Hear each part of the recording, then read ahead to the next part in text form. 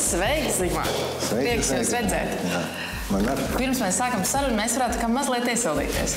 Pirmais uzdevums – saliekam šā rokas kopā.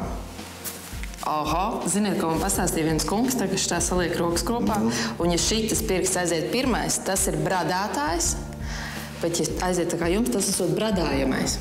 Piekrītat par sevi? Liktenis bradā. Liktenis tomēr bradā. Jā, redz kā otrādāk. Labi, vēl pāris. Nav. Neliekās otrādāk. Es neesmu tik ļoti pārliecināts. Nu, re.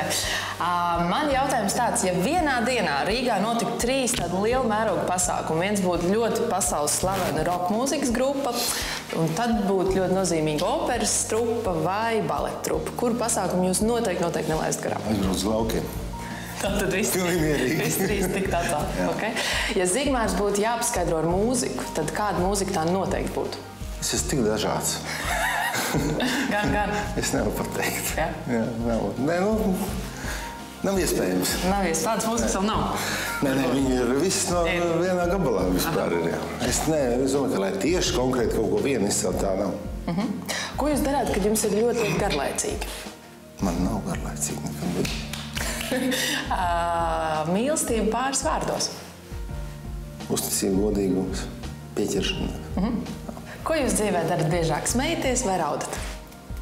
Raudāt es ļoti reti raudu. Bet, jā, labs kino vai laba opera vai labs teātris jau arī izstāsta, protams.